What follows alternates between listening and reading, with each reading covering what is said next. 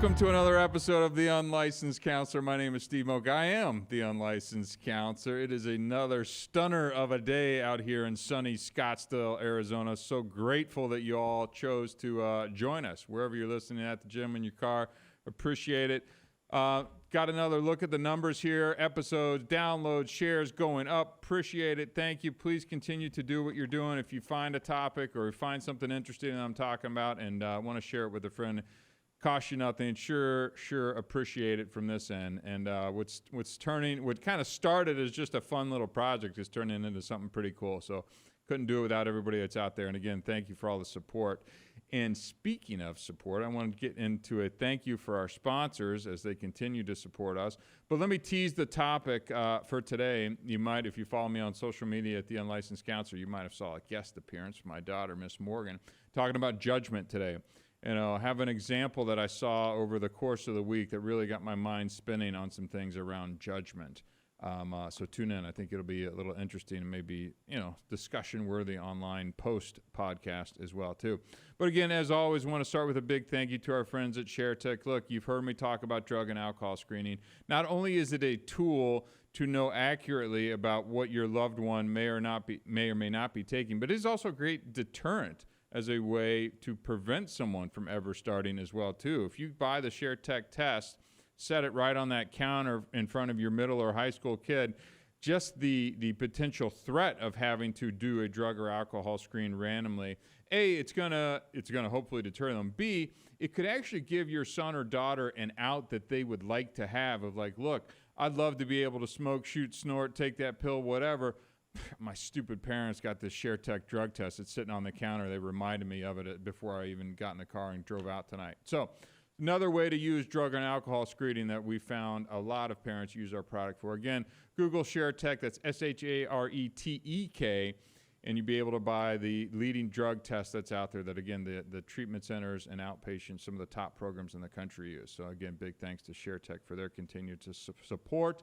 Also, next up, our friends at EasySheets.club, the most comfortable subscription you're ever going to be able to sleep on.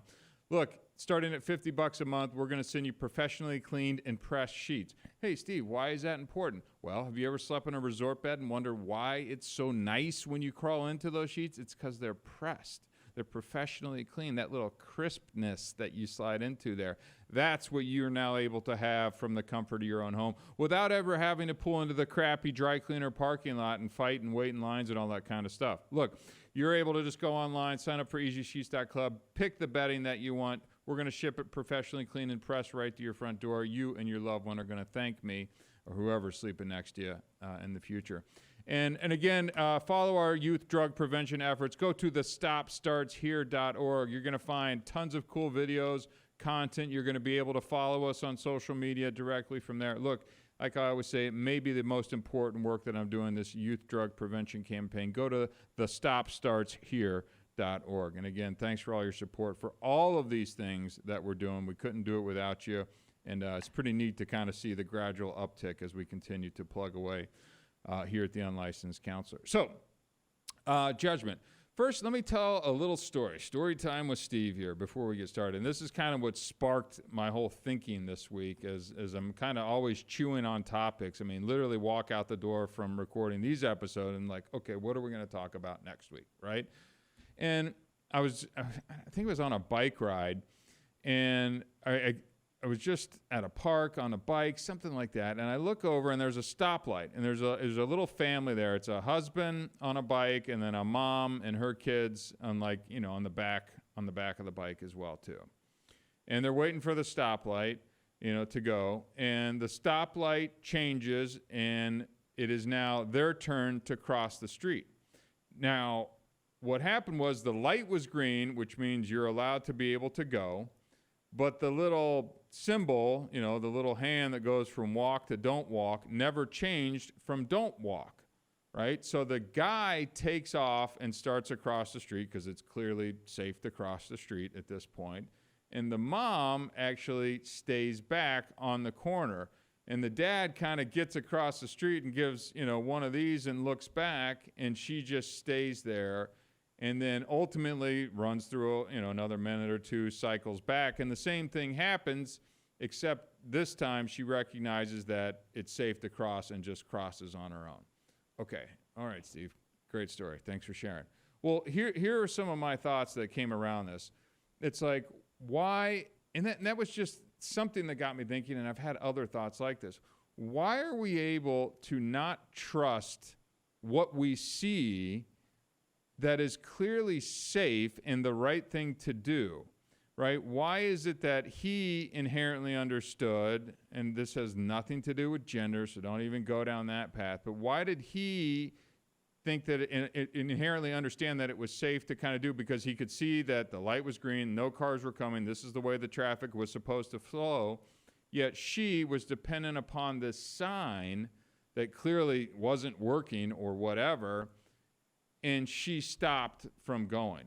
So there's just a really interesting example there, in my opinion, about being able to kind of use your judgment and be able to see very clearly what is the right thing to do and what is not the right thing to do. And it just got me thinking around, why do we do that? Why are we like this? Another thing that I've seen, and I've seen this example pop up as well too, out here in Arizona, our weather is pretty consistent. It goes from really friggin' hot to perfect, right? And we don't have a lot in between that. But I've seen people who will, look at the weather app in other places and things like that, and they're like, ooh, it's going to be this, that, and the other, and they'll get dressed up in one way versus I'll go outside, feel what the weather is, look at the weather thing, but also kind of make my own decision about what to wear based on exactly what I'm seeing and not dependent upon an app, what I see on a screen, what someone's telling me on the news about what it's going to be. So it's this kind of this little dissonance that we have between what you're actually seeing in reality and what you're kind of being influenced in one way, shape, form, or another, and how you make judgment around that. And why does one kind of take the lead over another? We were just talking with the folks in studio before the show. COVID is a perfect example of that, right? And, I know it's a polarizing topic, and to this day, people are still polarized about this, even though I think a lot of the dust has settled, and maybe some folks just don't want to accept, that we made a lot of bad decisions along the way here. But the point that I'm like to highlight out of this entire thing is that, you look back in history and things and go, well, how did people just go along with decisions that didn't seem to make sense? And why did some people kind of make their own decision not to get vaccinated or maybe not to go to the extreme lengths that other people did? And why did those people choose to go to the great lengths that they did? Now, some of it's fear, and I understood that. I do get that. There's just a wiring of kind of risk and those who are risk tolerant and those who are not. I understand that. But I also feel like there's a lot of folks that are able to kind of discern and do the math, for lack of a better term, about the risk reward and be able to use and make a judgment from there. So, because clearly, I'm 44 years old. I have kids as well too, and we were looking at, and this is back when I was married as well too, and these were family decisions that we made at the time. Also, we're looking at the kind of factors that were going on and going, okay, I'm looking around. I see that some people get sick. They seem to be sick just like they'd have the flu or cold or any other kind of thing that goes around. I don't see anyone or know anyone that's dying from this. I understand that people with maybe serious health conditions should take some extra precautions. That seems reasonable, just like they would with any other cold or sickness or illness as well too. So we were able to kind of discern relatively quickly once some of that initial fear and kind of panic, not that we were panicked, but that kind of spread around, they will look around and go, okay, we see people get sick, we see things are happening, but it doesn't seem like it warrants this crazy response, let alone kind of taking this shot, vaccination, call it whatever you want, that may or may not be effective, may or may not have other consequences. I still don't think we know the answer to that, but it certainly at the time was even more of an experiment, an unknown thing, and that would seem pretty hurried through the system in terms of approvals and whatnot. And so, again, there's no disrespect or shot at anybody that chose to make different decisions, but it was just like all of the math in our head and how we got to those decisions kind of led us to one conclusion, and why certain thinking led other folks to other decisions. And as I started to dig into that a little bit more, it's like the question kept coming to me, why do people, why don't they trust what they see a little bit more in terms of information versus, maybe what they hear? So the first thing that I kind of came up with was this idea around cognitive dissonance, right? And that's having these inconsistent thoughts, beliefs, or attitudes, right? And attitude changes. So you've got these kind of different ideas that are kind of pushing and pulling in your brain. And I think some people that they really struggle with that, and why they're not able to trust kind of their instincts, because they've got these things that are pulling within their head and they're unable to kind of make the decisions, or it's stressful or it's anxious, right? And I think that's a real challenge for a lot of people. They may see something that conflicts with maybe a previous experience, and this causes them some discomfort. And how do they choose what to trust over these types of things? And I think that plays a role in kind of being able to believe what you see versus maybe what you hear or what you're reading on a screen or what the news is telling you and things like that. I think another problem or another factor that feeds into this is social influence as well, too. If you look at the COVID example, certainly the opinions of others from a social media and news perspective had massive impact on individuals' beliefs. People who maybe would not go along with group things and think like that were so highly pressured by society, celebrity, government, CDC, you name it. There were people that said, if you didn't get vaccinated, you should be not into the hospital. I lost a grandma during that time at a nursing home in Michigan that no one was able to allow and go in to see because of these extreme measures, and she passed away, and we didn't get to be there for that.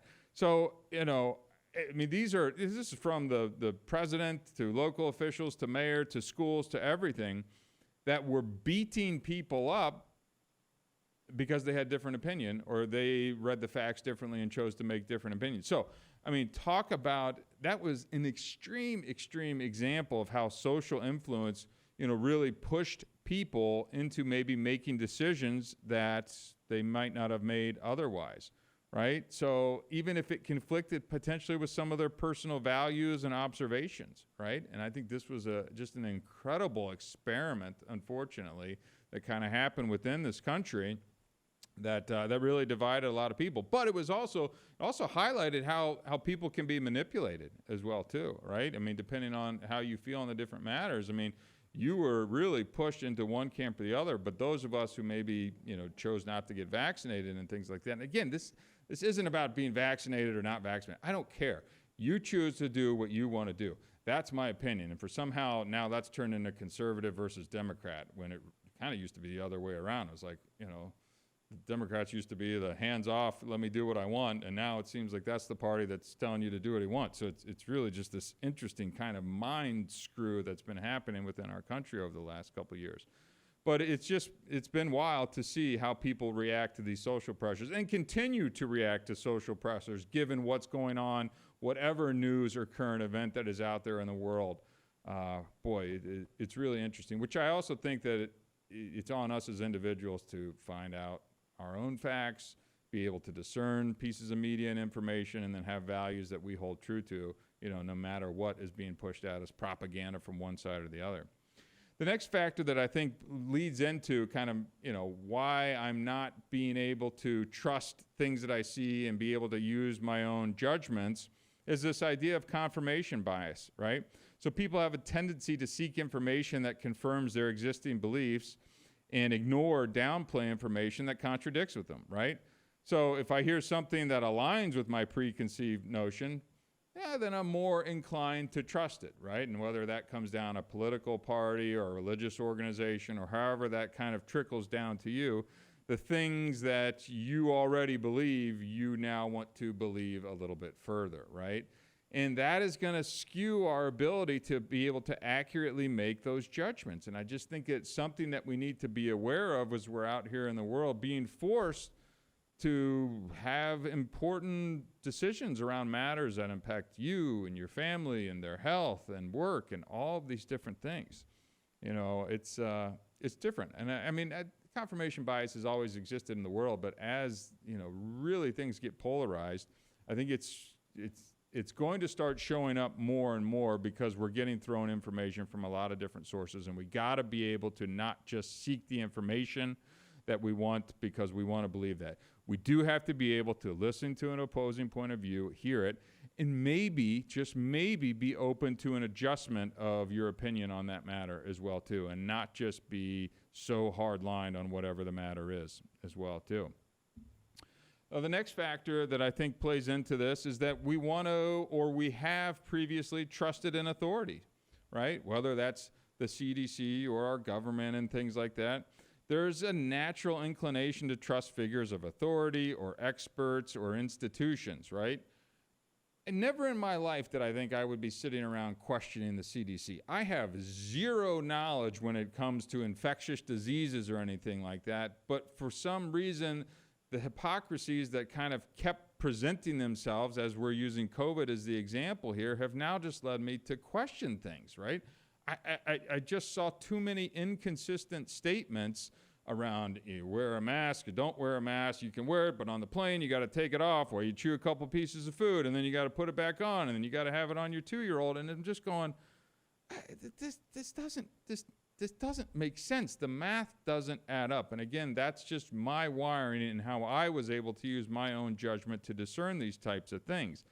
I would have never I didn't know who Dr. Fauci was 4 years ago, right? And I'm not saying I don't believe him, but it certainly left me with some credibility crisis when it comes to, all these infectious diseases and things now, because it looks like contradicting statements across the board. And now I'm left going, okay, well, I don't know if I can trust that person or not. And that's a really interesting times to be in, right? So, if this information comes from a trusted source, individuals are more likely to accept it. If it conflicts with their own observations, you oftentimes would trust kind of the authority. And I think a lot of people put blind trust into authority figures because we had no real reason previously to not do that, right? I mean, if NASA was building rockets and sending people to space, I have no reason to question them. But then if they came out and started saying and doing weird things, I'd start to question it. But it's the same thing with the CDC or government officials who are now commenting on things where I'm like, you're just a politician. Why am I having to trust you? So, really being able to discern, where you're getting information and being able to check the voices that you're hearing the information from, and making sure that the authority that you are believing in or want to trust in is actually worthy of said trust as well too, right? The next factor I had on my list was fear and anxiety. This one I completely understand, right? People, again, hammering on the COVID thing as well too, people were nervous. People were scared. My daughter was 1 year old when this thing rolled around. She was born in December, and what was it, March, April, something like that, in 2020. Somewhere around there. I don't remember this whole last 4 years, time kind of got upended. But I get it. I mean, we were nervous for a hot minute till you kind of looked around and saw friends, family members, school teachers, people in your community who would get sick with COVID and go, yeah, I was kind of sick for a couple of days and had some headaches. And I don't know if people remember the loss of smell and taste kind of thing that would happen. And you're like, okay, maybe those videos of people falling down in the middle of the street in China or Wuhan, maybe that's not entirely accurate, right? But I understand where the fear and anxiety came from. But in the situation where that fear and anxiety is kicked up, individuals may be more prone to trusting verbal information that provides reassurance or a sense of security, even if it contradicts with what they see, right? Because we want that safety, that security. We want to be able to believe and help us kind of get through those anxious and stressful times. I get it. I entirely get that. But again, I do think that that's when you need to be able to go and look around in your community, your friends, your church, your whatever, and go, okay, yeah, I'm seeing what's happening here. Is this matching up with what I'm being told as well, too? All right? Next up on the list I had was lack of access to information. Sometimes people may not have direct access to the information or evidence that contradicts what they hear. in this case, you may rely on verbal information more readily than kind of what you see out there in the world. So if you're just not getting the full picture and you're only getting one side of the story right now, I think that's going to skew how you're able to make these judgments. So again, making sure that you're using your judgment, you're listening to multiple sources. I think that that's something that we've learned. However, political affiliation that you have, let's listen to CNN and Fox and then ignore them both and then be able to go find your own information elsewhere out in the world because they're both crap, right?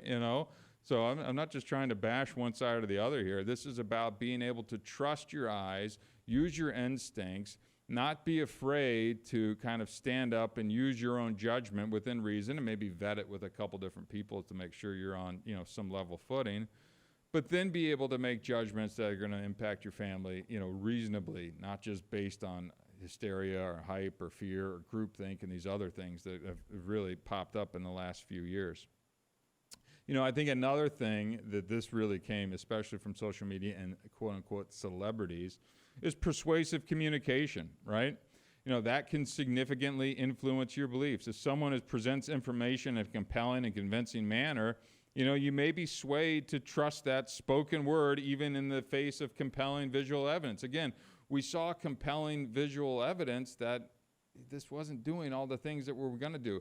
Although a lot of the visual evidence was video clips. I mean, if you just saw another video clip of a person getting stabbed with a needle or long lines here and there, when it turns out a lot of time that footage was misleading.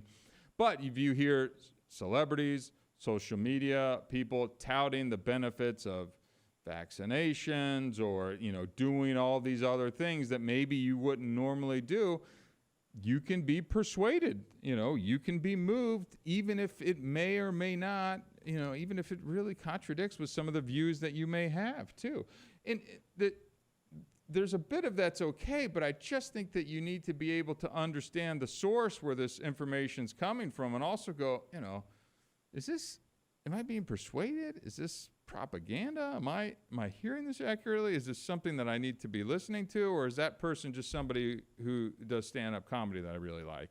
Or they're on a TV show that I find really entertaining? And maybe they're not my trusted source that'll make a decision if I want to, make health decisions for my kids and my family and things like that. Again, just using COVID because it's a recent example that is on everybody's mind of exactly how not trusting kind of what you're seeing necessarily in the world and the impact that it can have. And the last factor that I had on this was kind of the emotional connection piece as well, too. So I think that played a massive role. And as people became more entrenched in their ideas and now sides were opposing and kind of, bashing each other over this, and it became politicized as everything does, people really carried this emotional anchor to certain ideas or narratives that were really overriding logic and reasoning, right? If what people hear resonates with them emotionally, they're more than likely going to trust it, even if, again, contradicts what they're seeing out there in the world. And there's just no better example in the world than COVID of how people were putting masks on 2-year-olds and thinking that that's a rational decision, or that, closing the beaches and things like that when it's probably the safest place in the world to get out there and be when we're talking about an infectious disease, if that's what it's called. Those things contradicted in my head at the time. They still do to this day, and I think it's borne itself out over the course and time. But the emotional connection, and I think it started with fear before it even got to the emotional thing. I think it started with fear, and then that people got so dug into their beliefs on both sides that it just created this inability to move and kind of use logic to start to parse this thing out. This isn't bashing on anybody who made different decisions for the health and wellness of their family. I believe you have every right to do that. You can make those decisions. I don't believe in forcing people into those types of decisions, but I do think it's important that we're able to kind of assess how we're getting to those decisions and what influences are impacting our ability to make those decisions as well, too.